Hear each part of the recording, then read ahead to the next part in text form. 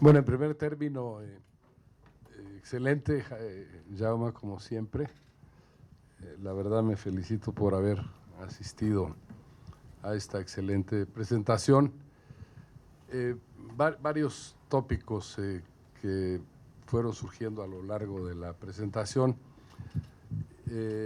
siguiendo un poco el orden de tu exposición. Yo pienso que justamente parte del problema es el de los catecismos, ¿no? El de los lemas periodísticos expresados por gente con PhD, ¿no? O los individuos que tienen PhD que en realidad se dedican al periodismo. Entonces, si así surgen una serie de lemas, ¿por qué no se crece, no? Lemas que nos alejan de la teoría económica en prácticamente la totalidad de los casos, casi la totalidad de los casos. Entonces se nos olvida entrar al análisis, como sí lo hiciste en esta presentación, pues por las viejas consideraciones sobre de qué depende el crecimiento económico. Y bueno, pues la primera es la acumulación de capital, precisamente, ¿verdad? Me da la impresión de que algo tiene que ver, como bien se señaló al principio. Y yo estoy trabajando un poco en eso ahora, en pergeñar qué ha estado pasando con la acumulación de capital en México, ¿no? Y hay una serie de cosas ahí muy raras, ¿no? Luego viene la cuestión de la productividad total de los factores, que bueno, que tiene su valor analítico, por supuesto, lo sabemos, desde Solow y todo lo demás, pero la cuestión es que de qué depende eso, ¿no? Se supone que cuando hablamos de productividad total de los factores es porque le damos valor al hecho de que alguien combina a los factores, ¿no? O que en determinadas circunstancias y a lo largo de ciertos fenómenos se combinan los factores de la producción.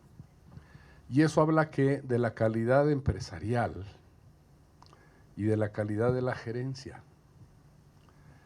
Desde fines de los años 50 se publicó, ahora se me olvida el nombre del autor, un economista de la Universidad de Harvard, que hizo un estudio muy grande sobre la productividad industrial en México. Llegó a la conclusión de que el hecho de que se encontrara rezagada en toda una serie de sectores respecto, hablando de productividad física, ¿no?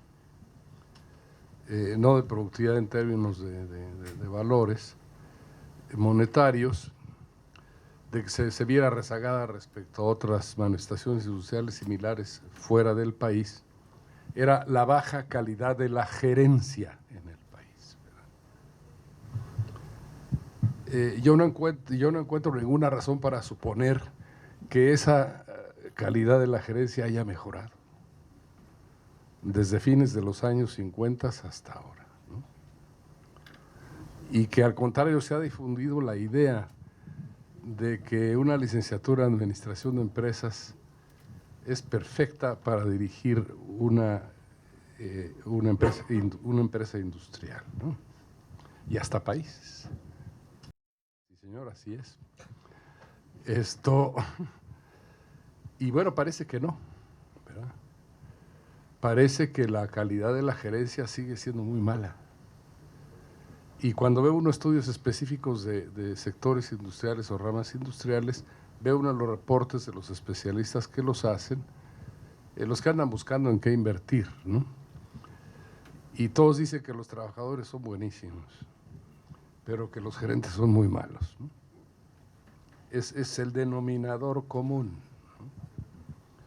Y bueno, eso tiene que ver con la productividad total de los factores, aunque se supone que el residuo que queda ahí es un indicador de cambio tecnológico. Esa es una cuestión. Y luego, toda esta cantinela sobre la rigidez del mercado de trabajo. Hay un indicador global que está implicado en algunas de las cosas que dijiste, que bueno, pues simplemente refuerza la conclusión, y es el peso de la masa de salarios en el ingreso nacional, ¿no? La masa de salarios ha venido decreciendo casi continuamente como parte del ingreso nacional desde mediados de los años 70, que fue cuando llegó a un pico, ¿verdad? Y desde entonces ha venido decreciendo, hasta llegar al día de hoy, según un artículo, según las cifras que nos presenta Miguel Reyes, aquí en un artículo en la revista México Social, que indica que pues ya está bajo del 30%. Esto, claro, tiene que ver con el hecho de que en las cuentas nacionales se ha ido engrosando un renglón que se llamaría ingresos mixtos, ¿no? Y ahí está esto que se llama el sector informal, porque le llamamos empresaria a la señora de las quesadillas y le llamamos empresario a los muchachos que andan vendiendo el periódico Reforma, porque así les llamó el director del periódico Reforma, el dueño del periódico Reforma, ¿no? Entonces son empresarios. Pero como son individuales, entonces caen en la categoría de ingresos mixtos.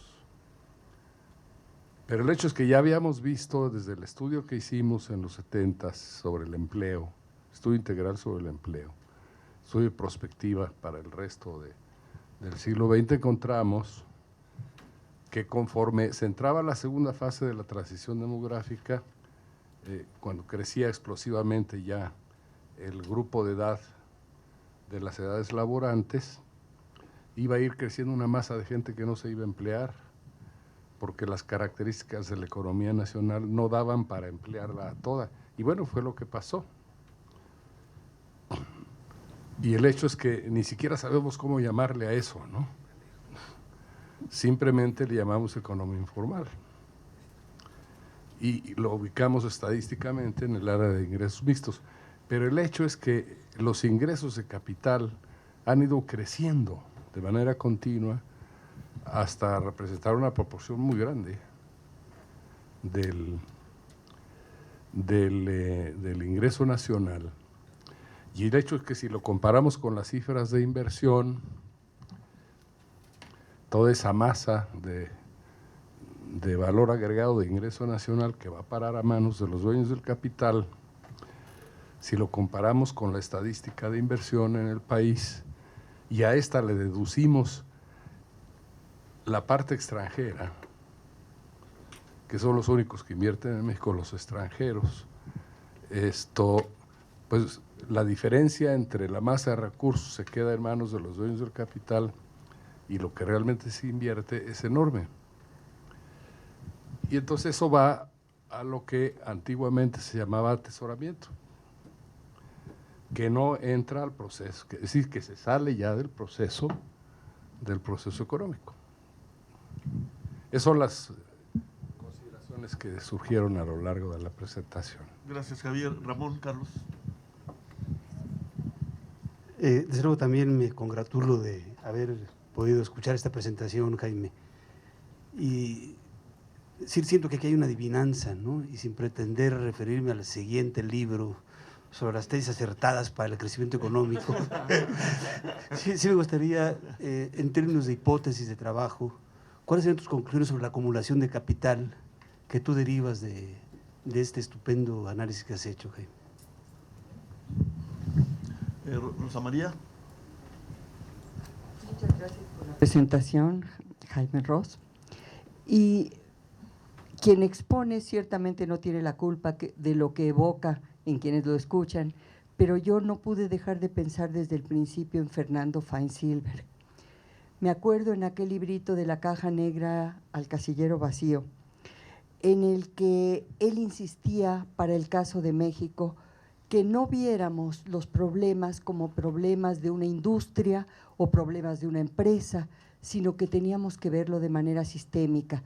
Cuando se menciona aquí todos estos sectores no comerciables, me imagino yo que son parte de ese sistema. Entonces mi pregunta sería si hay una afinidad en esta postura de este libro y lo que Feinsilberg planteó en el análisis que creo yo muy profundo y con mucho conocimiento de causa hizo para el caso de México. Y la otra duda tiene que ver con que desde los años 80 en adelante, mucho de la incorporación al mercado de trabajo ha sido de fuerza de trabajo secundaria. Entonces, mujeres, sus hijos, hijos jóvenes, mira, así le llaman porque no tiene formación, no tiene, es de muy baja calificación e ingresa con mucha precariedad al mercado de trabajo. Entonces no sé si sea algo propio de la sociología llamarle fuerza de trabajo secundaria, pero esa es la idea. O sea, mujeres y jóvenes que tuvieron que entrar por necesidad y que, claro, yo no sé hasta qué punto, habiendo sido masiva su incorporación, pueden influir en esa baja productividad que en términos agregados se detecta. Mario Luis Fuentes. Un gusto oírte y verte. Recientemente estuve en un foro sobre informalidad y escuché a varios expertos de los empresarios, y una de las críticas más feroces que hacían era que la economía informal en sus países generaba una enorme cantidad de recursos que estaban, digamos, en la economía ilegal, y no se referían solo a la criminal, hablaban de la piratería, como una de las consecuencias nefastas que por eso habría que, y por eso hoy la OIT está en esta bandera de formalizar la informalidad con la idea de llevar todos esos recursos al sistema formal. Entonces, ellos aducían que no solo están en contra de cualquier subsidio que incentive, y obviamente atrás de esto está la visión de que la informalidad es una opción del trabajador que decide, y la discusión y la otra propuesta que hacían otros expertos de la parte trabajadora era que la informalidad no es opción, simplemente es un reflejo de la falta o digamos, es un síntoma, como Berenice lo decía recientemente, pues de las fallas del mercado de trabajo. Entonces, pero me gustaría si esta tesis de que la informalidad, a través de generar una economía ilegal, paralela, enorme, es lo que realmente está en el señalamiento de que es una de las causas del bajo crecimiento. ¿Algo más? ¿No? Fernando Cortés. Te estabas quedando al último, ¿verdad? No, es que me esté quedando al último, no tenía nada que decir.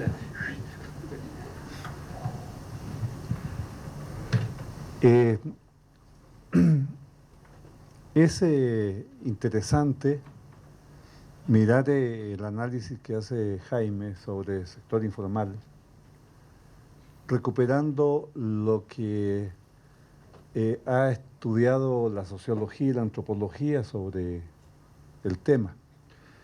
En gran medida, el sector informal o el concepto de sector informal estuvo muy relacionado a la marginalidad. Una parte del sector marginal se transformó luego en los 80 con los trabajos de PREALC en sector informal. Y la marginalidad es un fenómeno, así como también el sector informal, que tiene que ver, como dice Jaime, con la falta de crecimiento económico y por consiguiente la falta de posibilidades de emplear productivamente la fuerza de trabajo. Si uno no encuentra un trabajo formal bien remunerado,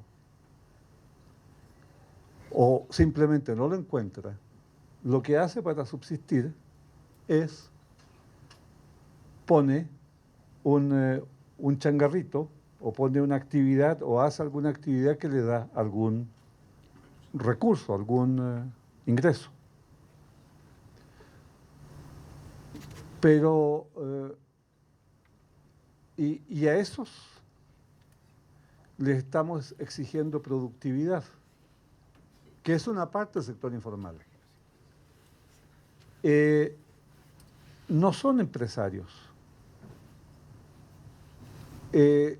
Están en esa actividad porque no tienen de otra para subsistir. Y el día que haya un boom económico y que haya demanda de fuerza de trabajo y que aparezcan los trabajos, va a desaparecer.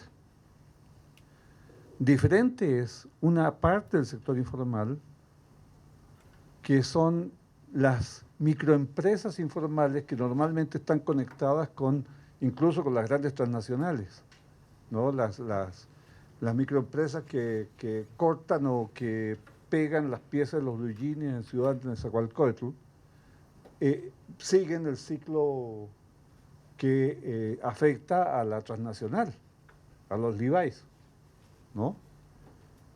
Entonces, ahí, dentro del sector informal, hay distintas situaciones.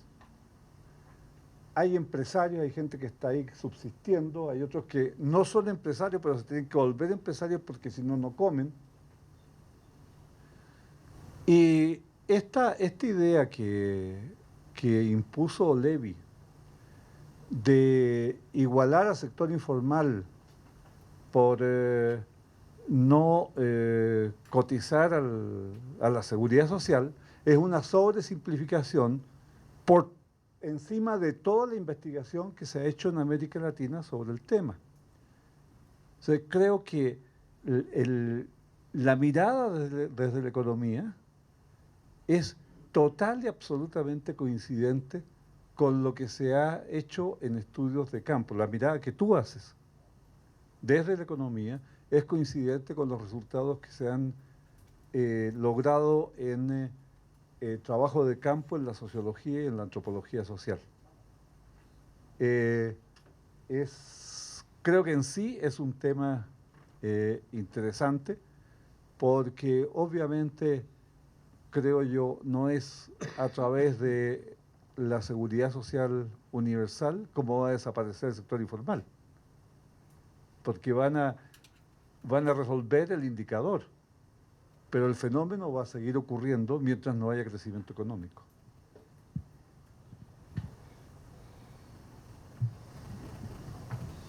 ¿Alguien más? Sí.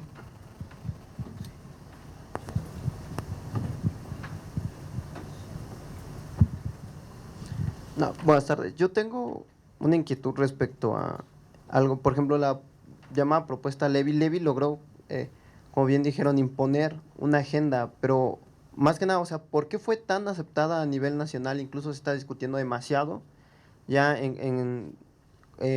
digamos, aprobar el seguro social universal, pero fue aceptado tanto como por políticos como por académicos, incluso tomando otra tesis que usted, digamos, una tesis alternativa a la suya, la que hace Heckman con varios mexicanos, es de que dicen que encuentran igual que se debe por monopolio y regulación y que encuentran poca evidencia de que los programas sociales sean incentivos para la informalidad.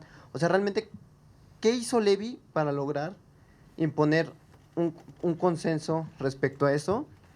Y yo de todas las tesis, la única, digamos, con la que no termina, más bien la explicación, es respecto a la de las rigideces laborales, porque pues evidentemente el sector formal es reducido y no hubiera sido pertinente ver las rigideces, pero dentro de, no sé, de los sectores más productivos, para ver qué tanto, que realmente pues, son los que más contribuyen a la productividad, para ver realmente esas cuestiones de rigidez. Y el cuadro estaba muy pequeño y no alcancé a ver si... Y los números más pequeños. Sí. Si contemplaba las cuestiones, es cierto que es procíclico el movimiento del desempleo en México, sin embargo, también es así de los salarios, no las rigideces son más salariales en ese aspecto, o sea, respecto a las rigideces laborales, no, el punto es que las rigideces están en los salarios.